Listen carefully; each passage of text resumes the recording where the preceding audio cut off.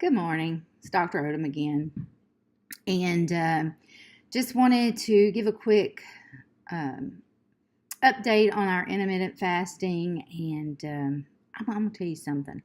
Last night, I did my best. I did not eat anything after our supper, and which was about 6:30, I think, by the time we got done. But that's hard. I'm not good at that. Ray's much better at it than I am, which is probably why he's lost 70-something pounds. But anyway, when I got up this morning and I got on the scales, I was like expecting to be like a 10-pound difference, right? No.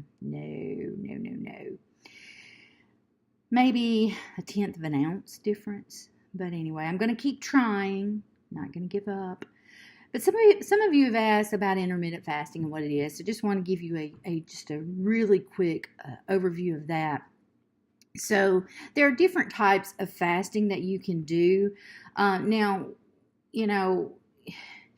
some people choose to do where for 1 or 2 days a week, they literally go 24 hours without eating anything. So like from lunch to the next lunch, they eat nothing but that one time. And Ray has actually done some of that simply because I would be traveling and he won't fix himself anything to eat. Okay, so Ray gets to do some of that kind of fasting if I'm not around. And then there are some people who will fast so many calories a day.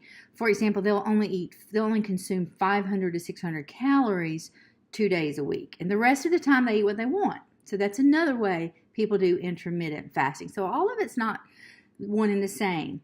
However, what I'm talking about that Ray and I typically are doing is that we have about an 8-hour window from about 10:30, 11-ish to about 5:30, 6:30, somewhere in there at night. And that's what we eat during that time. Now, true intermittent fasting is just limiting yourself to consuming your food during that time period. A lot of people don't worry about what they eat. It's just when they eat, and they don't eat anything else after that 5 o'clock window or 6 o'clock window. Some people do 1 to 8.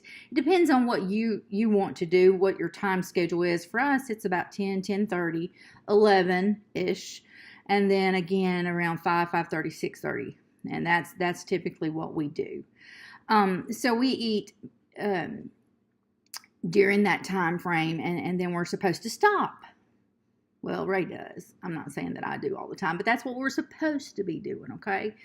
Now, in addition to the intermittent fasting part of it, Ray also decided that he wanted to eat a very low-carb diet during that time frame as well. So he got, he has spent, if I could share with you how many hours on the internet he has spent researching all of this, he should have a degree by now. Literally 8 hours a day, 9 hours a day. He's listening to different doctors, and I'll try to give you a list of those people that he's listened to when I can corner him down. I don't listen to as many as he does. I feel like if I got to hear him say it all, why would I have to listen to them too, right? So, but seriously, he does a lot of research, and so he eats basically 2 times a day. And so for the morning, I typically whip up 3 eggs for him, and I pour in some heavy whipping cream in those to kind of make them real light and fluffy.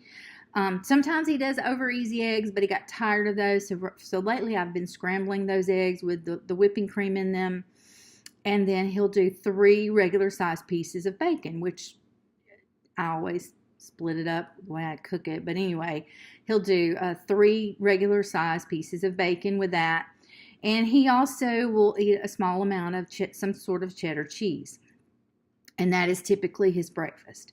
Of course, he drinks coffee during that time too. But then for our afternoon meal, typically I will make him some sort of salad or either a meat with a vegetable. For example, we might have baked chicken and broccoli. We might have baked pork chops and cauliflower.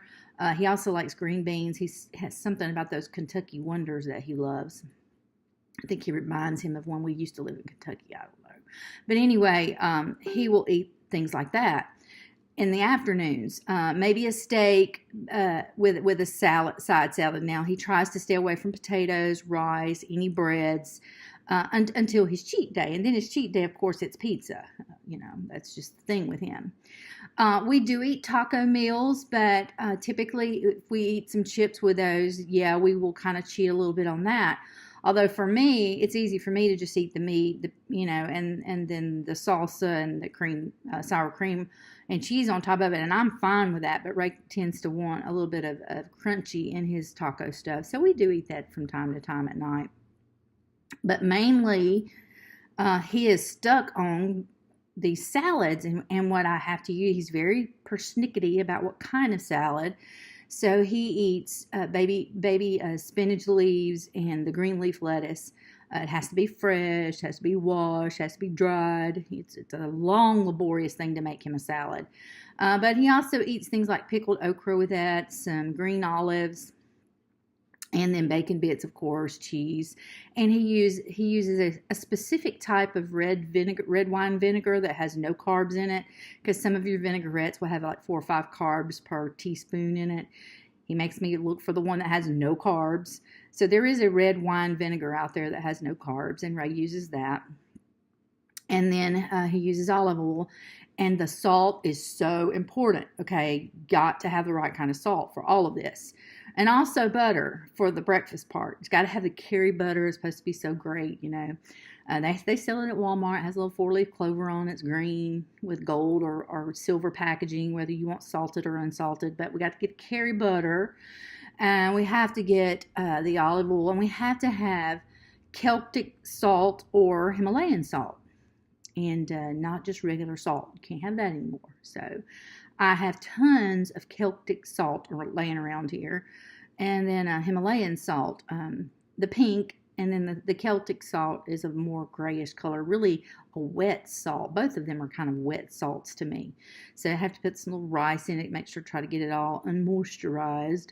But that's kind of what we do, and that's what he's been doing since August, with a little variation on that.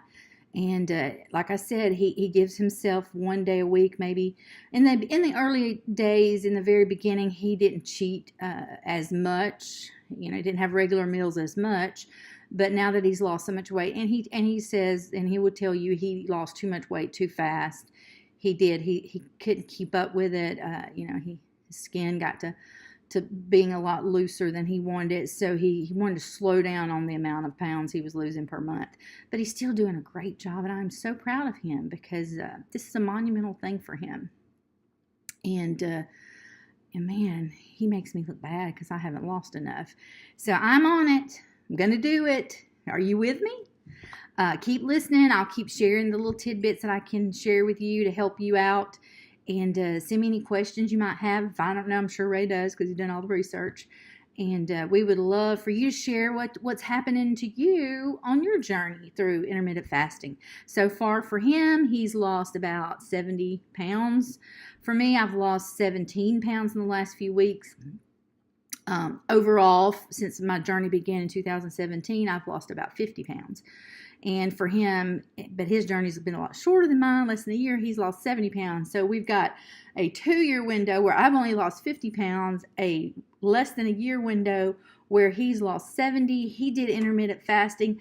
I did CrossFit and workout and kept eating everything I wanted to eat. So I realized no matter if you do work out, you got to do more than that if you want to get rid of that initial fat that you have that you want to get rid of.